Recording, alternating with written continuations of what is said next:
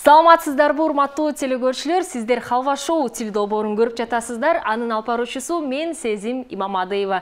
Интеллектуалдык күлкү тартуулаган биздин теледолбоорубузду тосуп алыңыздар. Бүгүнкү Халва шоу теледолбоорунун алкагында 6 оюнду ойномокчубуз. Алардын аталыштары Тамга жегич, Алло сен кайдасың, Алло доске, Калппы чынбы, Крокодил жана Оозумдан оку. Бул оюндарыбызды конокторубуз ойноп бермекчи жана бүгүнкү биздин командалар менен сиздерди тааныштырып кетели. Менин оң тарабымда Элира Кабилжан кызы. Кош келиңиз, тосуп алалы. Колдоп коелу Элираны. Элира Кабилжан кызы ырчы жана эл аралык сыйлыгынын лауреаты. Элира, айта кетиңизчи, жашоо бул сонун нерсе аттуу ырыңыз чыгыптыр. Сизди куттуктайбыз жана жакында гана Instagram баракчаңызга жазып кеттир, сагынып жүрөм аттуу ыры чыгат. Жана бул тууралуу бизге кыскача маалымат берип кетиңизчи. Буюрса жакында ошол сагынып жүрөм аттуу ырдын премьерасы болот. Бул ыр жөнүндө айтып кетсем, бул ырдын аткаруучусу негизи казак тилинен которуп алдым. Легендарлуу группа Музарттын солисти Сакен Майгазиевдин репертуарындагы ырды өзүнүн уруксатын алып официалдык түрдө мага аябай мындай по душе болуп атат. Мен бериңиз ушул ырыңызды ырдайм деп уруксат алдым. Кечээ Бишкекке келгенде жолугушуп, буюрса ошолорду жакында чыгарам. Ошондо тарыхта биринчи жолу казакчадан кайра кыргызчага келген турбайбы, э? Ушул ыр тарыхта ооба биринчи жолу. Наоборот го? Кыргызчадан казакчага көп алышат. Чындыгында эле байкасак бардык хиттерибизде жана жакшы жаңылыктардын бири болуптур деп айта аламын.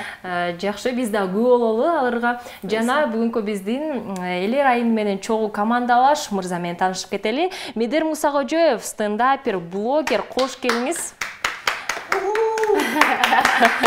Медер мырза, азыркы учурда кайсыл долбоордун үстүндө иштеп жатасыз? Азыр болсо кыргызча стендап ачып жатабыз. Ооба. Бул деген биринчи жолу эмес, 2-3 жолу ачайын деп аракет кылганбыз, бирок кыргыздар болсо күмөндөрдө эле кетет экен да. Ошо азыр болсо даяр экен. Жана байкасак, чындыгында эле ишен албы. Чындыгында эле сиз туура айтып кеттиңиз, биринчи жолу эмес, 3-үчү жолу ачып жатасыздар. Жана айта кетиңизчи, эгерде өздүк тажрыйбаңызда туш болсок, стендапты же YouTube'ту тандаш керек десек, кайсыл платформаны тандамаксыз жана азыркы учурда YouTube'тун келечеги канчалык кийин, айта кетиңизчи? Так, стендапты же YouTube'ту тандаш керек деген маршрутка же корабль аласыңар дегендей околду да азырчы. Мындай стендап деген болсо YouTube'тан стендап менен мындай популярный болсоң болот. Стендап менен чогуу YouTube'та десек болот. Ооба, эми азыр болсо, азыркы стендаперлер болсо, YouTube'та болсо ар бирөөнүн өзүнүн бир долбоорлору бар. Мисалы үчүн. Стендапер болсоң, сен болсо ой жүгүртүүң мындай тезирээк болот, креативдүүрөөк болосуң, ага болсо сценарийлерди жазганга авторлук чеберчилигиң дагы өнүгөт да, ошондуктан кандайдыр бир каалаган шоуду жаза аласың өзүң. Эмне себептен бул суроону сизге узатып жатам? Анткени буга чейин сиз дагы айтып кеткенсиз, эгерде бир ишти алып барсаң, толугу менен ага берилишиң керек депчи. Эгерде стендапты алып берсаңыз, албетте сөзсүз түрдө кандайдыр бир аудиторияны чогултуп, анан ал жака элдерди чакырып дегендей, YouTube'та блогер катары өздүк ушундай баракчаңызды өнүктүрүү катары айтып жатамын. Жана учурда албетте жакшы жагылык бар экен, стендап кыргызча, кыргыз тилинде, бул дагы жакшы менин оюмча жаңылыктардын бири. Эмесе команданын өздүк аталышы менен бизге бөлүшүп кетиңиздер. Команданын аты кандай болот? Кыргыз стендап 77. Кыргыз стендап 77. Жана элери. Жана элери. Кыскача катары Кыргыз стендап 77 деп атап кетели. Кыргыз стендап эле деп койсо болбойбу? Эмнеге 77? Биздин Instagramда баракча ушундай да 77. Жарнамалап кетели деп жатат. Бул жакта Медер Instagram баракчасындагы Кыргыз стендап 77 командасы менен учурда таанышып алдык. Эмесе кезекти тең тайлашуучуларга берели. Сол тарабымда Эркай Бактыбек кызы, ырчы, комузчу, кавер аткаруучу катары сизди жакшы билебиз. Кош келиңиз жана учурда чыгармачылыктагы жаңылыктар менен бөлүшүп кетиңизчи. Учурда көбүнчө билим алуу менен окуп атам. Анан өз алдынча баягы ошол ырдап аракет кылып жүрөм. Анан көбүнчө окуп алып, анан кийин биротоло киришем деген. Жакын карада каверлерди күтөбүзбү сизден? Ооба. Кандай каверлерди? Азыр ошол ойлонуп атам. Буюрса. Жана көпчүлүк учурда сиздин кавер аткарууларыңыз албетте бул кыргыз тилинде. Чет тилде кавер аткаруу оюңузда барбы азырынча? Албетте. Сөз түрдө бардык жактан өзүңдү көрүш керек деп ойлойм. Ошондуктан алда бар ушундай тилектер. Жакшы, биз дагы көп бололу. Командалаш мырза менен таанышып кетели. Уларбек Ырчы жана Мурас Лайф Бенд тобунун солисти. Кош келиңиз, Уларбек. Саламатсыздарбы. Биринчи кезекте мага албетте бенд аябай кызык болуп жатат. Бенд топту куруу идеясы кимге келген? Топто канча киши бар? Бизге айтып бериңизчи толгондо. Бендте 5 киши бар. 3 инструменталист, анан 2 вокалист бар. Бул бенд коммерческий эмес, именно творческий эмес, именно коммерческий болуп түзүлгөн да. Муну менен мындай концерт, ыр жазабыз деп эметпейбиз. Только выступление, тойлорго, корпоративтерге только выступать этебиз деп түзүлгөн да. Ким? Группа. Группа? Берилет, аренда берилет, анан ошо арендасын бизге төлөйсүңөр да деп койгон. Жакшы. Анчалык чыкпайбыз. Азыркы учурда сиздер байкагандай эле, жада калса медердин өздүк суроолору бул жакта пайда болуптур. Жакшы, байкасак бул жак азыр кыргыз стендап 77 аталышы. Сиздердин өздүк аталышыңыздар менен бөлүшүп кетиңиздер? Жок. Сунуштаңызчы. Улар. Идея бар го, көтөрүп элечи сен деле. Сен дагы өзүң бендтин атын. Биз Азия кандай? жок, Азия жок, азыр Мурас. Мурас Лайф Бенд болчу. Мурас Лайф.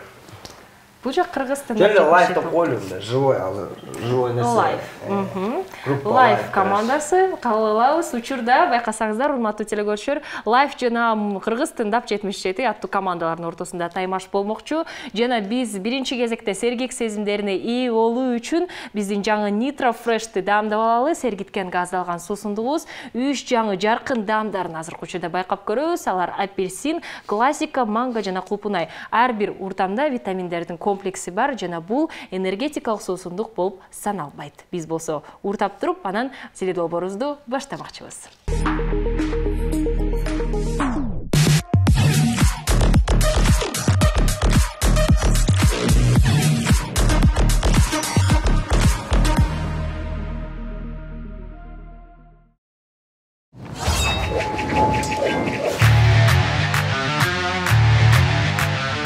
Тамга жегич оюну ар бир командага биз бирден тамгадан камтып койгонбуз жана оюнчунун милдети 1,5 мүнөттүн ичинде максималдуу түрдө биздин суроолорго дал ушул жашыруун тамгадан баштап жооп берүү керек. Сөздөр эң негизгиси кайталанбашы керек. Ойдон келбеген суроолор болушу мүмкүн. Сиздер дагы албетте дал ушул багытта эле бизге жооп узатсаңыздар болот. Эң негизгиси жообуңуздар биздин жашыруун тамгадан башталышы керек. Ким бул оюнду ачып берет? Лайф командасыбы же кыргыз стендап 77? Биз баштайбыз. Эмесе жашыраак көрүнүп турат да, жашыраак. Кыргыз стендап 77 командасы бул оюнду ачып беребиз деп жатышат. Аябай даярдыгын көргөзүүдө Медер мырза. Бир киши жооп берсе болот, экинчиси жардам берсе болот. Элере жооп бер. Тамаша, сен жардам берип турам. Медер мырза, сиз жооп бересиз, Элере. Биз суроо бересизби? Мен берем суроолорду. Элере. Жакынкы 7 мүнөт микрофонду өчүрүп койсоңор деле болот. Тура суроолорду берип атат. Учурда Медер мырза кандайдыр бир суроого жооп таппай калса, Элерайым жардам бериңиз. Жана азыркы учурда сиздерге С тамгасы берилет. 1,5 мүнөт кыргыз стендап 77 командасында бар. Убакыт кетти. Чүкө ойноо идеясы кимден келген? Дальше. Чүкө ойноо идеясы кимден келген? Убакыт кетти да. Сакалдан. Кимде интернет жок? Сакеде. Дүйнөдөгү эң мыкты депутат. Садыр. Май коюучу жайда эмне кылса болот? Салмаштырса болот. Дүйнөдөгү эң мыкты супер баатыр. Супер келинчек. Мончону ким ойлоп тапкан? Саня. Эң кооз курт. Эрера. Селдерей. Салондо адамдар эмне кылышат? Сулууланышат. Дүйнөдөгү эң ылдам жаныбар. Сабис. Президентке кандай суроо бермек элеңиз? Сколько? Брынзаны кайдан тапсам болот? Супермаркет. Токойдо эмне кылууга болбойт? Сабашууга. Көгүчкөн ким жөнүндө ойлонуп жатат? Саман жөнүндө. Арзандатууларды ким ойлоп тапкан? Семиз. Оштун борбору. Сулаймантау. Сиздин башыңызда ким жашайт? Сасыбаган киши дейбиз. Эмне тегеректин бурчтары жок. Сүйрүүдө. Убакыт бүттү. Азаматсыздар. Жакшы жоопторду азыркы учурда угуп алдык. Жана биз болсо жоопту күтпөстөн дароо эле тең талашуучуларга өтөлү. Азыркы учурда лайф командасына өтмөкчүбүз.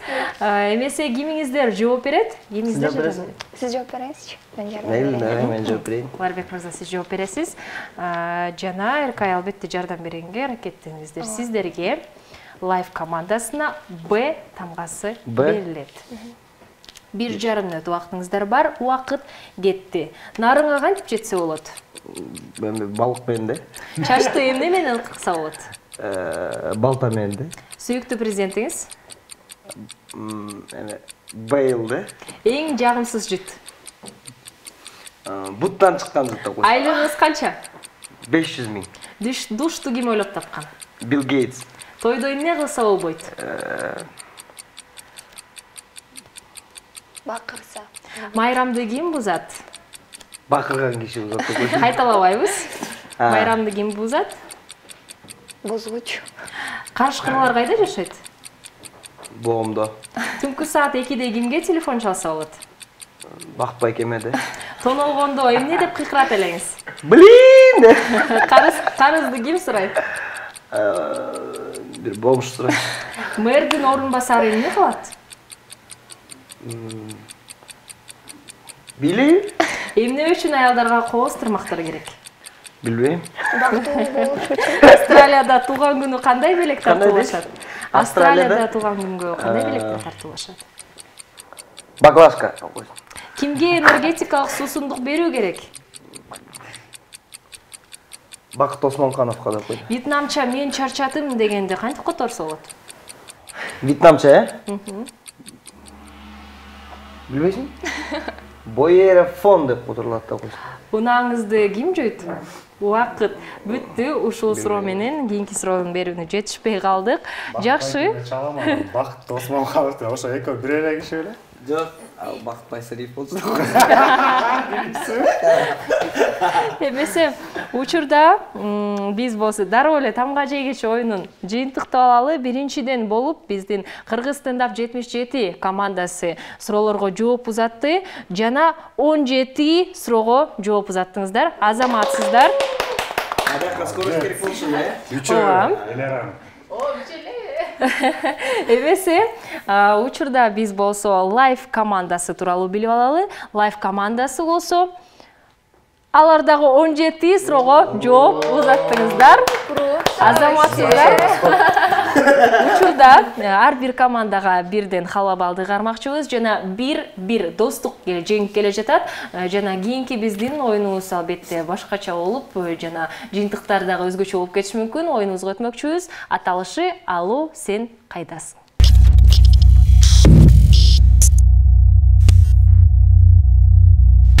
Алло, сен кайдасың оюну. Команданын бири экинчисинен алло, сен кайдасың деп суроону узатмакчы. Экинчиси экранда пайда болгон жерлерди атабастан башкача сөздөр менен, каалаган илинчектер менен түшүндүрүп берүү керек. Ар бир командага 1,5 мүнөт убакыт берилмекчи. Сиздер байкагандай эле, учурда бул оюнду лайф командасы ачып бермекчи. Эркай, жерлерди атабастан түшүндүрүп бересиз. Марбек мырза болсо сөздөрдү тапканга аракет салмакчы. Даярбызбы? Даярбыз. Турсам болобу? Жок, болбойт. Лайф командасында 1,5 мүнөт убакыт берилет. Эмесе убакыт. Бакты караган болбойт, Бетти. Уларбек мырза, сиз карабайсыз. Суроо узат коңуз. Алло, сен кайдасың? Алло, сен каяктасың? Каяктасың дейм да. Үйдө. Үйдө? Ооба. Кол менен көргөзбөйбүз. Сөз менен гана. Үйдө. Квартира. Особняк. Кийинки кылып берсек болобу? Болот. Кийинки сөзгө өтсөк бул. Чогулуш аябай көп. Анан жок. Элдердин ой, Кийинки сөз. Эркайым. Аракет кылабыз. Бул аябай Кыргызстандагы кооз жерлердин катарына кирет. Достопримечательность. Сулаймантоо. Бурана. Азаматсыз. Бул Кол менен көргөзбөйбүз. Сен каяктасың бул катыраак айтчы. мен көчөдө анан эме сулар агып атат. Ага. Бул жакта жатам. Пляж. Көл. Жок, көчө. Көчөдө, Ооба. арык. Азаматсыз. Арык. Бул Ысык көлдүн Чолпонто. шары. Борбор шары. Чолпонто. Ысык көлдүн борбор шары. Ысык көлдүн борбор шары. Ысык көлдүн борбор шары. Ысык көлдүн борбор шары. Эме лыжный Каракол. Блин. Отургучтун синонимы. Тургуч деп койсоң. Диван, кресло. Азаматсыздар. Учурда Не засчитывается же, да, диван? Засчитывается. ооба, убакыт бүтүп калды. Ошондуктан саналбайт. Эмесе биринчи сөз аябай оор болду окшойт, дароо эле өтүп кеттик үйдө. Биринчи сөз балкон сөзү болчу. Жок деп берсең, балконго жетелей Кыргызда мындай микрофон искон балдар деп коюп коёюн. Жок, мени көрсөтүп эле, мына мени көрсөң, балкон. Азаматсыздар, жакшы жыйынтык. Биз болсо керекти дароо кезекти дароо эле биздин тең тайлашуучуларга берели.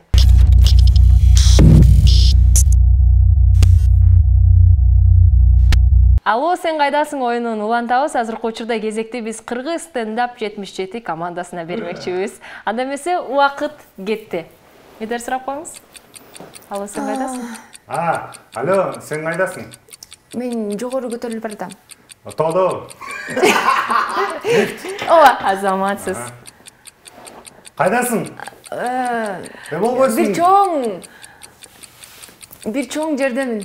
Кандай чоң жердесиң? Халва эмеде. Халва шоудомун. Халва шоунун Теле берүүдөсүңбү? офисиндемин. Студиядасыңбы? Чоң, аябай чоң. Ангардабы? Жок. Холдобу? Залдабы? Жок, андан да чоң. Чоң бир проект. Долбоордобу? Чоң, аябай. Москвада көп, Европаларда көп. Кыргызстанда анчалык жок. Халва шоу менен байланышы барбы? Ооба. Биз ошол жакта турабыз го, ошол жакта Телестудиядабы? Жок, чоң. Созулуп кетсе кийинки сөз. Кийинки болот окшойт. Имарат. Жок, кайра. Атабайбыз. Макул. Кийинки сөзгө өттүк. Сакура гүлдөдү азыр. Япониядасың. Всё, табылды. Эс алып жүрөм деңизде. Пляждабы? Жок, андан да чоң. Суда, океандабы? Океанда эмнеде жүрөм мен? Яхтадабы? Типа того. Так, яхта, корабль, кеме. Бүтүп калдык. Албетте, түшүндүрүп жаткан адамдан бардык бул жакта көз каранды. Бүтүп калды деп дагы албетте бул жактан угуп жатабыз. Акыркы сөзүбүз круиз сөзү болчу. Круиз.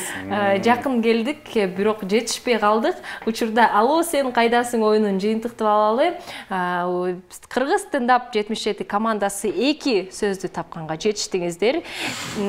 Азыркы учурда тең тайлашуучулар лайф командасы болсо 3 сөздү тапканга жетишти. Бир халва балды. Биз учурда азыркы учурда лайф командасына бермекчибиз. Жыйынтыктаганда 2-1 лайф командасы алдыга келип кетишти. Жана азыркы учурда биз калппы, чынбы оюнубузга өтмөкчүбүз.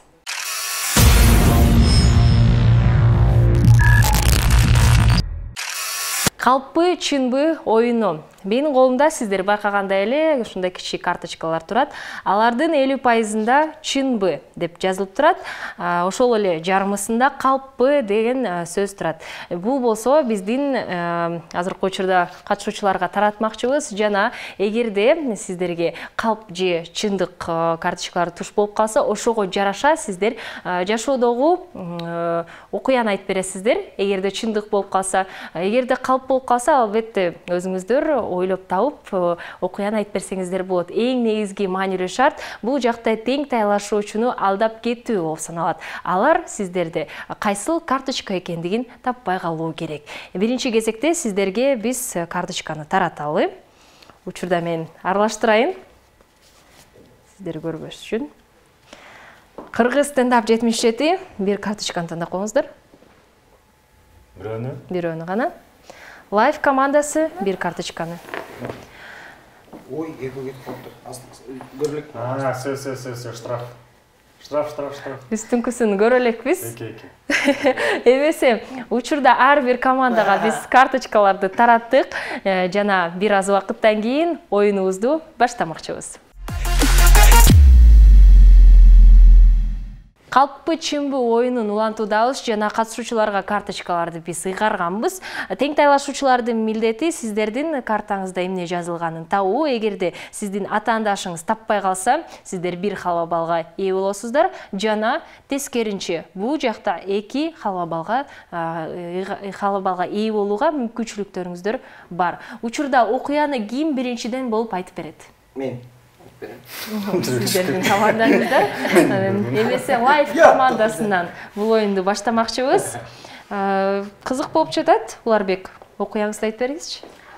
Короче деген. Кал. Кетсин да кош. Короче, где-то 6 класс болчун да. 6 эле 7 класс беле жайында, короче. Азыр канчынчы класс? Азыр 24 класста. Атамдын машинасын айдап, жаңы айдаганды үйрөнүп аткамда, Audi 100 бар болчу, короче. Анан эми кичинекейсиң да анда. Эптеп монтуп көрүп айдап кетип бартам да.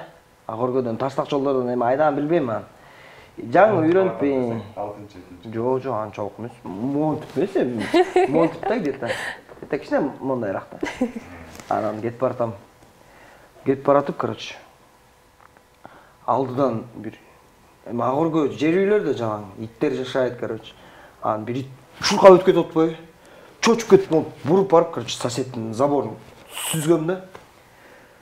Заборду сүзүп, короче, воротасына мырыйып, анан машинанын фара, сара, короче, ушун баары талкаланып, атам мени талкалапты. Короче, ушундай окуя болгон да, кичинекейимдечи. Кичинекей кезиңиздеги албетте Уларбек өздүк окуяны айтып бердиңиз. Тең тайлашуучуларга суроо. Бул окуя чынбы же калппы? Кандай дейсиз? Машинанын номери канча эле? Эми машинанын номерин анда короче, 4-значный номер болчу эми анда. Номерин деле карап деле болот. Маанилүү эмесмин да. Машинанын номери Чуйский болуш керек эле, S болчу да вроде. S бирдеме болчу да. Кайсы кошуна, ал кошунан таанычсың беле? О, конечно, тааныйм. Кошуна. Ошол кошунан дарбазасы болгон, Короче, айдап покрутился чуть-чуть, потом кайра жолдун үй жакты көздөй келатып. Кара бир жинди ит бар болчу да ушундай. Ит үчүн болгон да, ит чуркап өтүп кетип, мен аны чочуп кетип сүзүп алам деп. Эки менен барып сүзгөм да. Таштак жолду. Кошунан номери барбы? Телефон номери чалчы гана. Бул эрежелерге кирбейт. Калп эмне дедиңиз сиз? Менби? Сен айтсаң.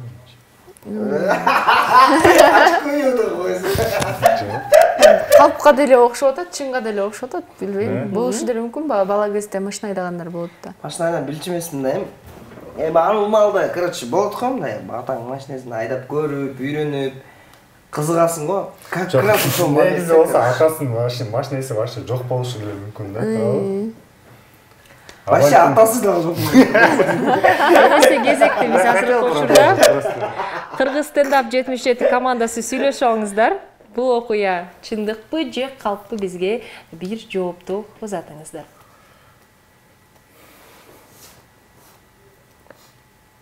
Күтүп жатабыз. Чынбы? Да, давай, чын деп сал. Чыны? Зачем калпычы деп киштин? Наоборот.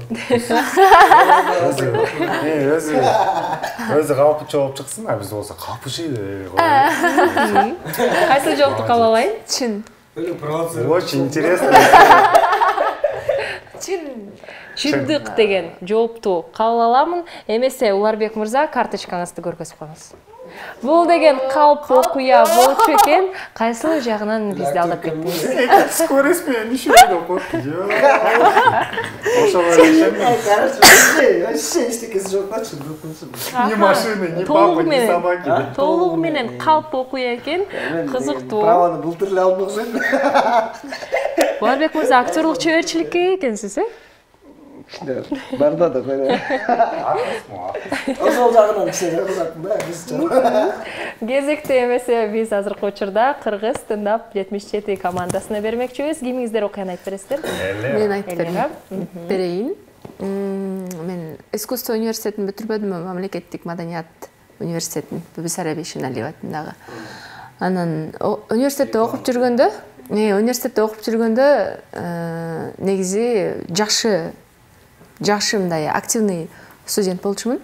Калп булду. Анан активный студент болчумун. Анан университеттен Казакстанга жөнөтүшкөн. Ошол жактан бири-бирине не деп коет? Билимдерди бөлүштүрүшөт го. Обмен опытами. Ошондой кылып. Искусствода ушундай бар беле? Искусствода даже Россияга дагы жөнөтөт. Казакстанга жөнөтүп барып арбайга калп эле жүрсүң. ал жакта ошол Искусство окумайсыңбы? мен ошол жакта вокал алып атканда мен аз жерден связкамды айырып алайын дегенмин да. Анан кийин нормальный болуп калыбына келди. Бирок чуть-чуть дагы анча-мынча бул жакта эме болуп турат. Кызыктуу окуя. Кандай деп ойлойбуз, тең тайлашуучулар? Менче Связканы айырып алайын деген дейсиңби? Эмне распевка болуп атпы? Ооба. Кактан? Казакстан. Сыры топпой эледим. Канчадасың деп койду. Лайв командасы чечиңиздер, Эркай, Сизге окшоп узун кылып айта алат экен. Ойлойм, анткени музыкалык окуу жайда окуйт экен билем. Бүткөн экен. Бүткөн Бүткөн. Ошонусу чынбы чын эмеспи? Я думаю, это правда. Чын эле бул. Жана еще отуруп эметип аткандачы. Сен ойлондуңбу десе, аз мен эстеп көрөйүн да дегенде, значит правда. Да правданы эстейсиң да, калпты сочинять этесиң да.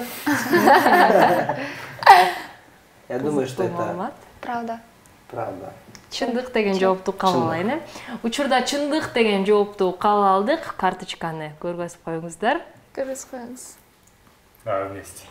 Жок, калп окуя экен. Кайсыл жагынан алдадыңыз бизди? Казакстанга жөнөтпөйт. Ошо Казакстанга жөнөтпөйбү? Бирок Россияга жөнөтөт. Казакстанга эми болуп калса керек. Мен биздин учурда жок болчу да. Азаматсыздар, учурда Айрылган эмес жакшы. эч мындай окуя болбоптур. деген эми катчута. Катурда Шекшип кеттиңиз, э? Байкасаңыздар, Эчергиле. бул жакта жери дагы жок экен, ошондуктан окуя дагы толугу менен чындык эмес экен. Ошол себептен ар бир командага биз бир-бирден халабар бермекчибиз. Анткени тең тайлашуучуларды алдап кетишти. Алдап кеттик. Жыйынтыктаганда 3-2, бирок алдыда лайв командасы келе жатат. Азыр болсо дос менен байланыштуу оюнубузга өтмөкчүбүз. Аталышы Алло доске.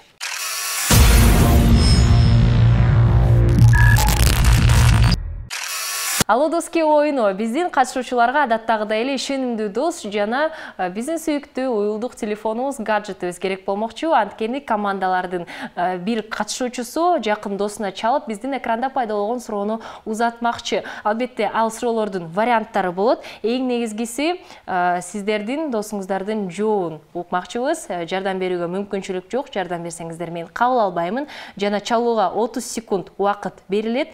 Эң негизги жана кызыктуу бул бул жакта шарттардын бири достун биринчи атынын тамгасын тең тайлашуучулар чечмекчи. Бири-бириңиздерге тамгаларды берип коюңуздар. Учурда Лайф командасы Кыргыз Стендап 77 командасына К тамгасын берип жатат. Сиздер дагы дароо тамганы берип койсоңуздар. Б. Тамгалар берилди жана буга чейин оюндарыбызды Лайф командасы ачып берген. Азыр болсо кезекти Кыргыз Стендап 77 командасын өрмөкчүбүз. Уюлдук телефонду алып, К тамгасында контактлардын арасында досторду издеп, жана жакын досуңузга чалып баштап берсеңиздер болот. Сиздер байкагандай эле уюлдук телефонду Медер колуна алды. Медер азыр досту чалат. Ой, эле экөөбүз чечтик. Меники болсо iPhone жаңыраак экен. Кимге чалабыз? Жана iPhone тийишпей эле койбодуңуз да. Жок, сен мунуку вообще Android экен. Алып чыгарып албайды. Эмесе?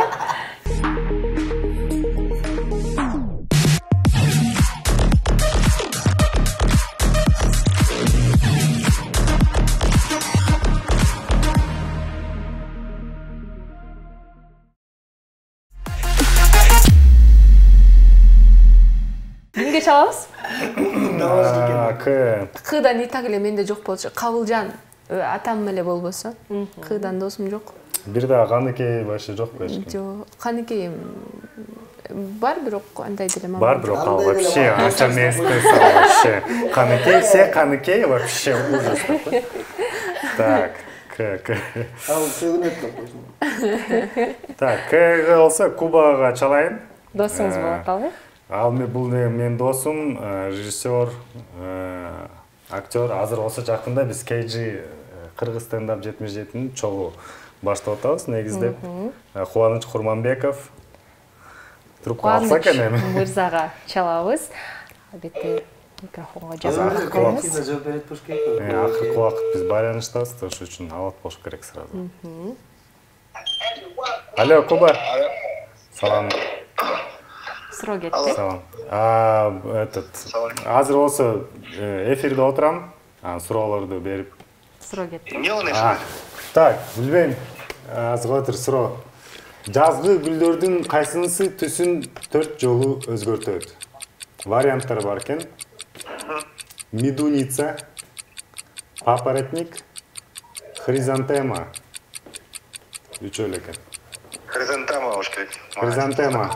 Жок. Уган экенмин да просто.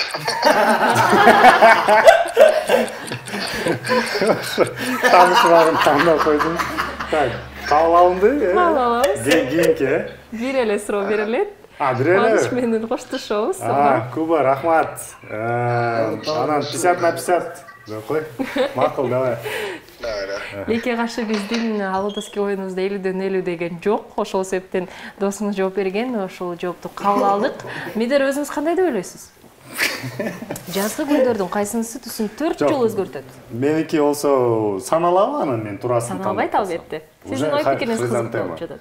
Мен деле колдоп коем, хризантема деп коем. Балким араңыздарда туура жоопту билген киши бар деп Мен жатат. деле экөөнү уктум. Бирөөнү гана билет экенбиз. Бирөөнү гана билет экенбиз. Эмесе Кубаныч мырзанын жообун кабыл алабыз, туура жоопту чогуу билип коелу. Жазгы гүлдөрдүн кайсынысы түсүн 4 жолу өзгөртөт? Биз болсо Кубаныч мырза эгерде бизди көрүп калсаңыз, сизге ысык салам жолдомокчубуз. Жана туура жооп бул медуница. Эмесе жаттап калыңыздар. Гүл бул ачылганда биринчи кезекте кызгылт, анан кочкул, анан кызгылт көк, акыры көк түскө айланат экен. Жазгы гүлдөрдүн ошол медуницасы 4 жолу түсүн өзгөртөт. Кезекти болсо биз учурда Лайф командасына бермекчибиз. Сиздерге Б тамгасы берилди. Кимиздер чаласыздар? Чал берейин, Уларбек мырза коюлдук телефонун алды. Кимге чалабыз? Бакыт байкеме чалам.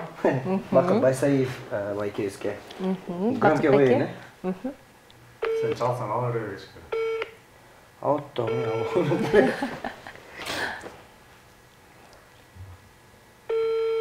Так, суроо. А чё Бакыт байке похудел, а ты не ходишь? Потому что он Бакыт байке деп койсун. Вот. Салам алейкум, Бакыт байке кандайсыз? Алейкум, жакшы. Короче, суроо Бакыт байке. Жерге астрономиялық жаз қачан келет? 3 мартта, 10 мартта. Ұғылатау бәке? Не дейсің? Жерге астрономиялық жаз қачан келет дейді. Астрономическая весна. Когда наступает? 3 мартта, 10 мартта и 21 мартта. 3 вариант. 21 мартта, Все, хорошо. Рахмат, Бақбеке. Экинчи вариантты тааныбайт да, мону тааныбайт да. Өзүңүз кандай деп ойлойсуз Уларбек? Астрономическая весна. Мне кажется, ошо 21 март го. Астрономическая дегенин чуда жакшы түшүнгөн жокмун. Астрономиялык дегенинчи. Бирок жаз деген ошо жакшы түшүндүм да окуйсам. Сиздер кандай деп Жаз ойлойсуз? деген Кыргыз тилинде 77. Наступает го, Ноорустачы. Эми мындай эле наугад 10 март деп салайынчы. 10 март билбейбиз, туура Тууралып жок. калса ооба. 8 марттан кийин да кой. Кыздар бар, майрада бүткөндөн кийин анан жаз келет да кой. Жакшы. Биз болсо Бакыт мырзанын жообун кабыл алдык жана туура жоопту чогуу билип коелу. Жерге астрономиялык жаз качан келет деген суроо узатылган жана туура жооп албетте күн менен түндүн теңелүүсү 21 март күнү. Бакыт мырзага албетте биз ыраазычылык билдиребиз. Бир калба балды Лодоски оюнубузда биз учурда лайф командасына ыйгармакчыбыз. Жыйынтыктаганда 4-2 лайф командасы алдыга умтулуп кетти. Биз болсо Кыргыз стендап жетишети кууп жеткенге аракет салыңыздар. Алдыда дагы оюндарыбыз бар. Кийинки оюнубуз Крокодил деп аталат.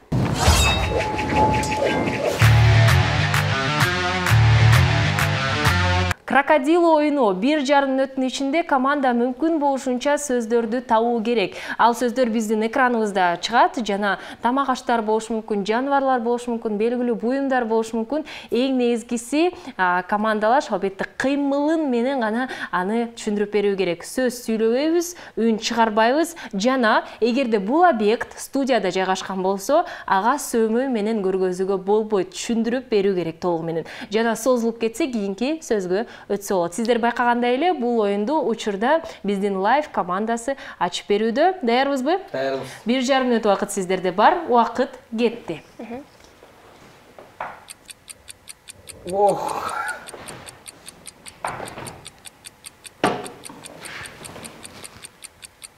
Бак.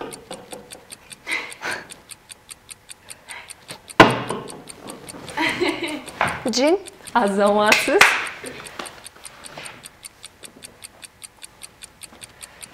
Кийинки сөз Рамчатшат. Следующий. Ырче.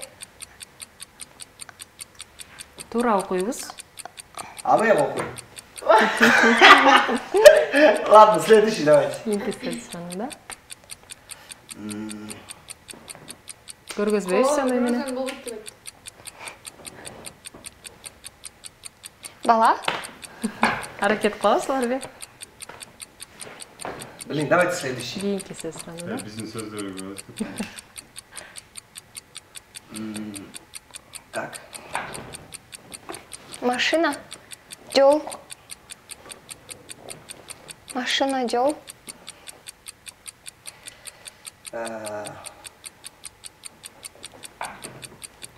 Балдар. Кичинекей балдар. Ага. Садик.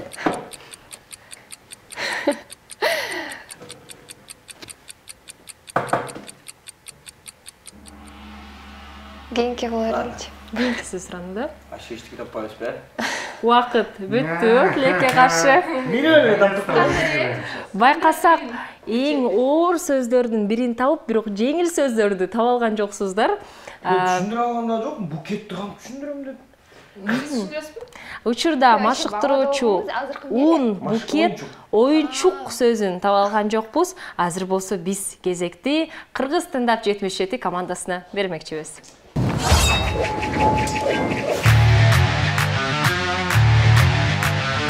Крокодил оюну учурда Кыргыз стендап 77 командасы улантууда. Сиздер байкагандай эле медер даярдыгын көргөзүп жатат. Кыймыл менен азыр Элерага түшүндүрүп бермекчи. Элера болсо сөздөрдү табат. Даярбызбы? Убакыт кетти. Суу, кувшин, чайник. Кара жорго. Бий. Немелер? Sen kara ver. Биле атам, айта албайтам. Өткөрүп сала бериңизчи. Кийинки сөздү сурап жатабыз.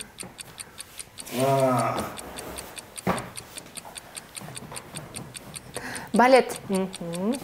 Sen boldu. Nerede? Уйку. Диван. Төшөк. Үй. Диван. Подушка. Плед. Плед de. Кресло. Покрывал. Кожа. Мочалка. Ойбай. Öyleyse. Төшөк. Уйку. Стол. Эс алуу. Отдых. Эс алуу. Кийинки сөз сурануда. Так, следующий, десе боларык да? Уф, блин. Можно еще, да? Есть еще слова, да? Кийинки сөз сурануда. Дептер. Боксер. Спортсмен. Убакыт бүттү. Акыркы сөз түшүндүрүп көрүңүзчү, балким таап калабыз. Түшүндүрүп көрүңүзчү, балким таап калабыз. Энергия. Күч, спорт. Машыгуу. Yo, bratан, sen hile otasın. Марафон сөзү Марафон. болчу. Таба алган жокпуз. Вставать можно было? Я как-то встать хотел. Болот турса. Sen jengil sözler gelip kaldı. Учурда ар бир командага бул жакта 50дөн 50гө кээ бирки сөздөр жеңил, кээ бирки сөздөр оор келет. Ошондуктан чырдашпайбыз. Биринчи кезекте Кыйын эле болду бирок. Лайф командасы тууралуу биз сөз айта кетели. Бир сөздү Лайф командасы табууга жетишти. Тең тайлашуучулар Кыргыз стендап 77 командасы 3 сөздү туура тапты. Бир калбап алды. Биз Кыргыз стендап 77 командасын өрөкчүбүз. Эле таппады, мындай аябай төмөн жыйынтык болду да. Минус балл кылып салайлы. Андай болбойт. Эмесе жыйынтыкта эле 4-3 алдыда, бирок бизде Лайф командасы келе жатат. Жыйынтыктоочу оюнубузга келдик. Аталышы Оозуңдан окуу.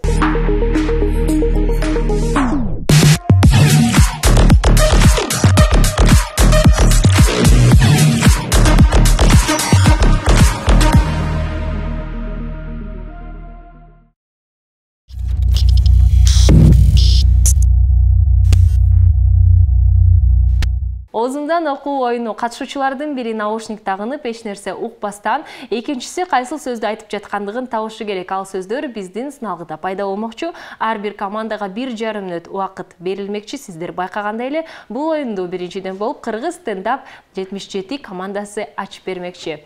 Даярсыздарбы? Даярбыз. Музыканы Даярбыз.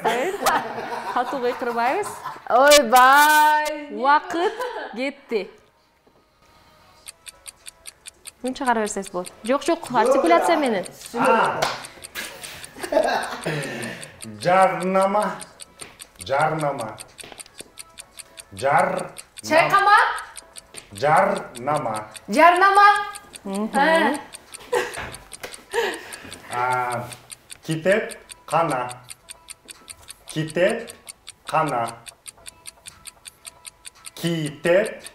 Көргөзбөйбүз. Сүйлө. Сөйлесең, вариант. Түшүнбөй атам. Китеп кана. Не ата? Китеп кана. Темп ата? Китеп Темп. кана. Темп. Китеп кана. Темп. Китеп кана. Көргөзбөйбүз. Кийим кана? Созулса Китеп кийинки кана. сөзгө өтсөңүздөр болот. Темп кана? Китеп. Темир кана? Китеп. Темп. Китеп. Темп. Китеп. Деп. Китеп. Теп. Китеп. Теп. Китеп кана. Кеп кана? Китеп кана. Теп. Теп. Китеп кана. Кааласаңыздар кийинки сөзгө Китеп өтөлү. кана. Следующее слово кана. дейт, да? Нет, да? Ладно. Тепа? Ладно. Теп не? Следующий. Убакыт кетип жатат. Байпак. Убакыт бүттү. Фай. Сиздер бир сөзгө эле 1 мүнөт убактыңыздарды кетирип салдыңыздар деп ойлоп жатамын. Убакыт бүттү. Тапмакпы? Wi-Fi дедиңизби? Жок, байбак. Ой, Китепкана почти нашла же, блин. Китепкана сөзүн аябай көп басым жасап убакыттын баарын өчүргөйдүңүздөр. Бирок ага карабастан жарнама деген оор сөздү тапканга жетиштиңиздер. Азаматсыздар. Жарнама задыла баба. Экөө тапкансаң эле болду. Учурда биздин Кыргыз стендап 77 командасы жарнама аттуу сөздү тапканга жетишти. Азыр болсо биз кезекти дароо эле тең тайлашуучулар Live командасына берели.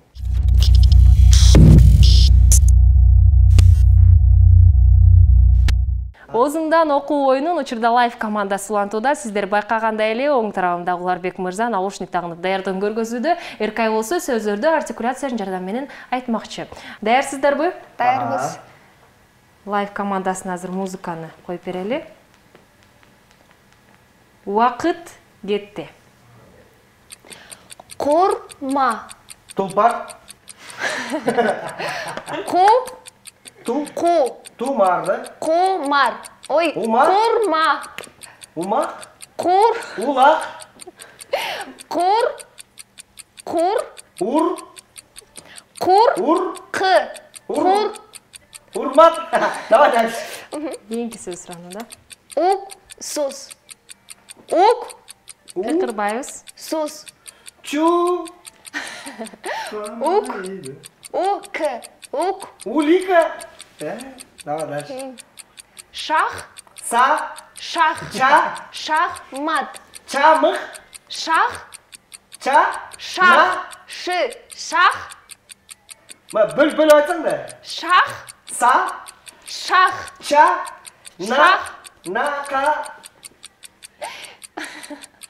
Кейинки.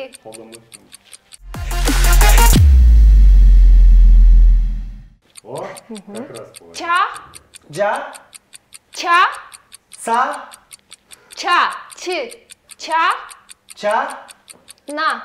Чана. Кыркырбайбыз. Ит.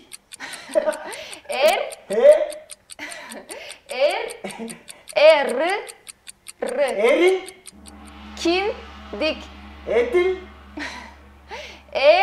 Эшик. Убакыт бүттү. Орус сөз кабыл.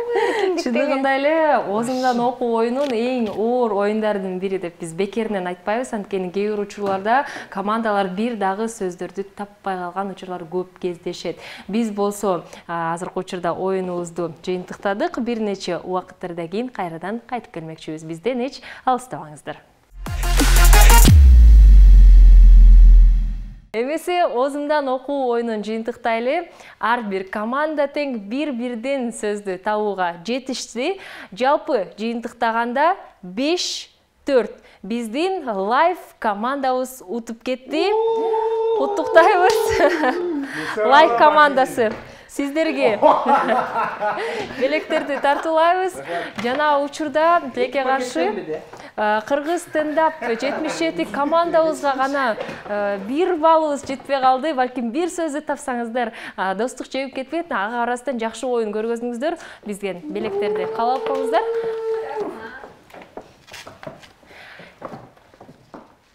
Эмесе, жакшы ойнодуңар. Учурда биздин катышуучулар менен сиздерди дагы бир жолу тааныштырып кетели. Менин оң тарабымда Кыргыз стендап 77 жана Элера аттуу командасында Элера Кабилжан кызы жана Мидер Мусахожоев келип кетишти. Сол тарабымда Live командасында болсо Уларбек Ырчымырзабыз жана Эркай Бактыбек кызы келип кетишти. Ар бир катышуучуларга албетте өздүк убактыңыздарды бөлүп жана жакшы оюн жана бизге көңүлдү да тартуулаңыздарга өзгөчө ыраазычылык билдирим келип жатат. Сиздердин жакшы жаңылыктар келип кетирсер, ошол пландарыңыздар, жаңылыктар бардык ушул сиздер ойлоп жаткан тилектериңиздер ишке ашырылсын. Биз болсо телекөрүүчүлөргө дагы өзгөчө өздүк убактыңыздарды бөлүп бергениңиздерге ыраазычылык билдиребиз. Бизден эч алыстабаңыздар, жөн гана кийинки чыгарылыштарга чейин амандашканча.